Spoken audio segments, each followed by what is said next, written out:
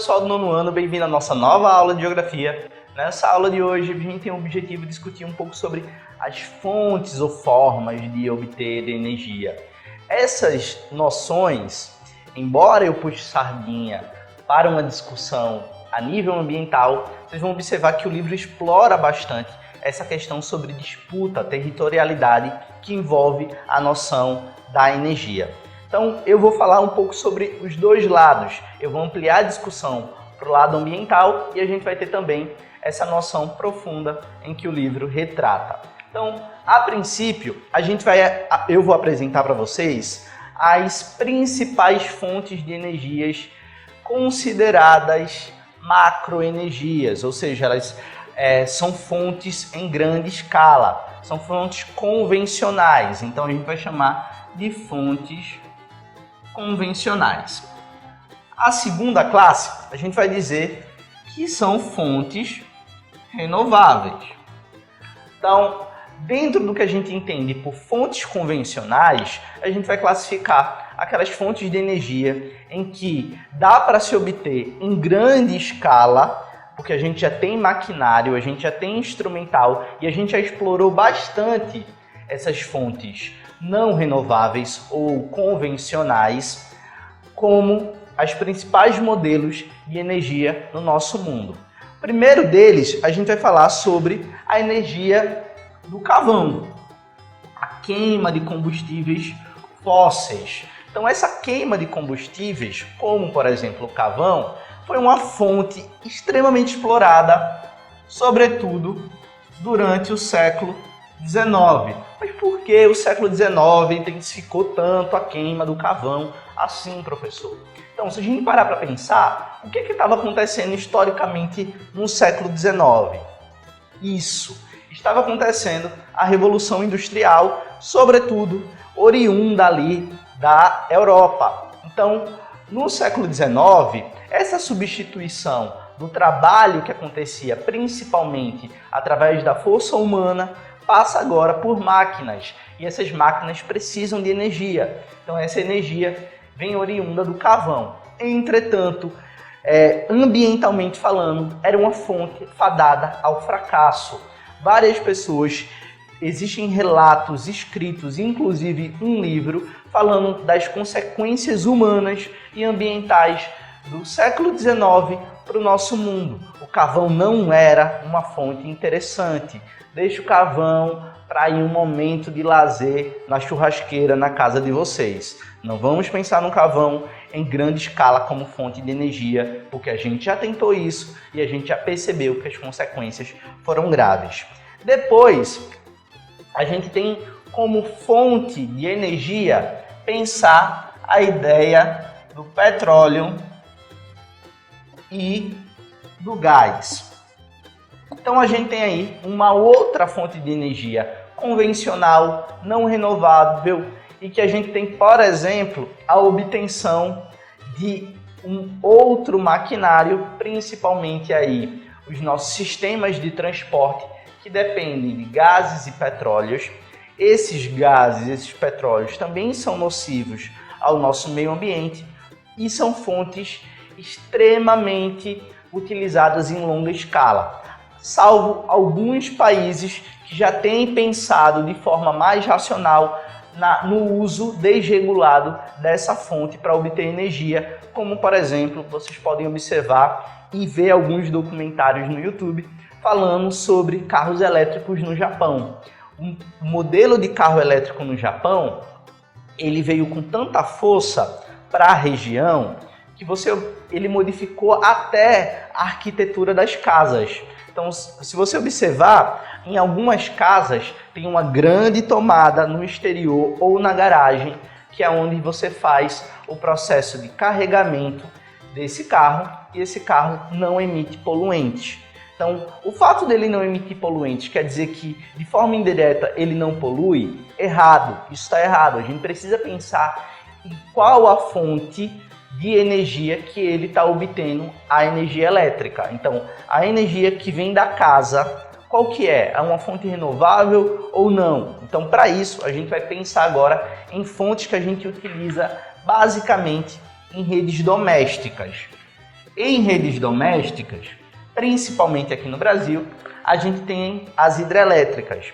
As hidrelétricas são a fonte de energia oriunda da força das águas, sobretudo do rio. Aqui em Pernambuco, na região do Nordeste, a gente tem, por exemplo, o Vale do São Francisco, o Rio São Francisco, como um dos principais rios para a obtenção de energia através das hidrelétricas. Então a gente tem aí Xingó 1, Xingó 2 e Xingó 3 como as principais usinas hidrelétricas na nossa região. Então é interessante a gente perceber que existem processos de degradação ambiental pautadas nesse modelo de energia em grande escala. Professor, mas só tem problemas? Não, a energia elétrica, através das hidrelétricas, eles têm pontos interessantes, como por exemplo, é uma forma em que a gente pode obter naturalmente a força, é uma forma que já existe, a gente já tem um maquinário. Entretanto, como eu falei para vocês, do ponto de vista ambiental, não é uma forma que dá para fazer reuso constantemente, então não é uma fonte renovável, é uma forma em que a gente acaba restringindo o habitat de várias espécies que vivem nas regiões dos rios. Então a gente tem aí várias espécies que acabam pelas correntezas ou entrando nesse fluxo das barragens, ou o seu alimento entra, então a gente tem uma redistribuição do nível trófico da cadeia alimentar, e aí algumas espécies acabam entrando em extinção na região. O Rio São Francisco, se a gente fosse falar, além das hidrelétricas, tem outras atividades que são bem peculiares e que remontam um processo de degradação desse rio, que é um dos principais rios do Brasil, quiçá do mundo, ok? Então, além das hidrelétricas, a gente tem que as hidrelétricas ainda têm um alto potencial de inundação, a gente tem a energia termonuclear. Essa energia termonuclear é uma energia que provavelmente vocês já escutaram através de um seriado que no ano 2019, ano passado, ficou muito famoso, que foi o seriado de Chernobyl, que tem alguns filmes, inclusive, que retratam um pouco desse caso.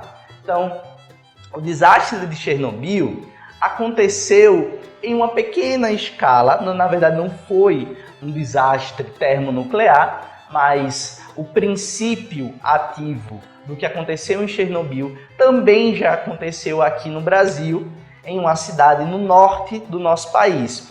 Então, eu quero que vocês façam como pesquisem sobre as consequências termonucleares aqui no Brasil. Pra gente, às vezes, a gente só lembra de Chernobyl, Rússia, região da Ásia. Eu quero que vocês analisem que também a gente já teve alguma consequência desastrosa com essa fonte de energia aqui no Brasil, ok? Agora a gente vem para esse lado do quadrante, são as fontes renováveis. Então, como fonte renovável, a gente tem a principal fonte e que ela é descartada, que é a alimentação.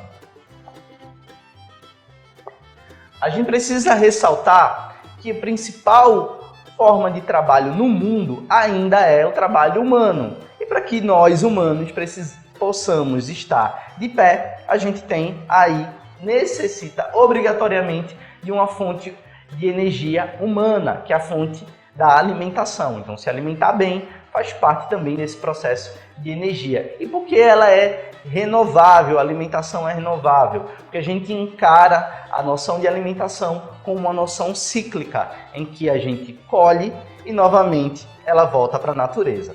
A segunda, e há quem pense e discorde, a segunda grande fonte renovável, a gente tem aí o sol, ou energia solar. A energia solar, através das placas de bronze, aquelas fotovoltaicas que vocês já podem ter visto em cima de alguns prédios, casas ou fotografia, e quem não viu, tem a internet aí à disposição para fazer essa pesquisa, a gente tem a obtenção dessa energia solar e a transformação dessa energia solar como energia elétrica. Então a gente tem aí a modificação dessa energia, que é bastante interessante, principalmente em regiões como o Brasil, em regiões tropicais, onde a incidência do Sol acontece quase que no ano inteiro. Depois temos a energia através dos ventos.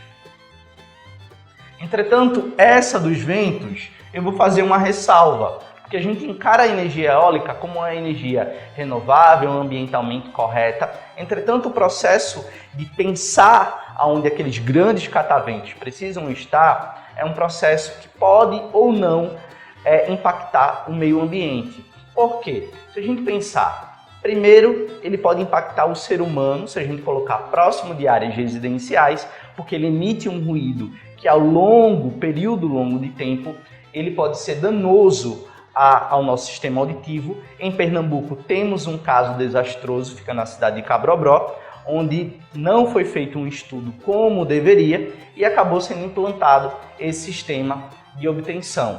A segunda forma desastrosa é colocar ele sem pensar no lado puramente ambiental e a gente acabando com um fluxo migratório de milhares de aves, porque elas podem estar passando por aquela região e podem estar morrendo por conta de uma hélice. Então a gente precisa de um estudo do ponto de vista humano e do ponto de vista ambiental. Só que basicamente essas são as nossas principais fontes convencionais e renováveis que a gente tem à disposição no planeta. No livro de vocês vão ter à disposição de forma mais aprofundada sobre essas fontes convencionais aqui, ok? E como atividade, eu quero deixar a página 32 e 33, perfeito? No mais é isso, pessoal. Espero que vocês se cuidem e a gente se encontra na próxima semana.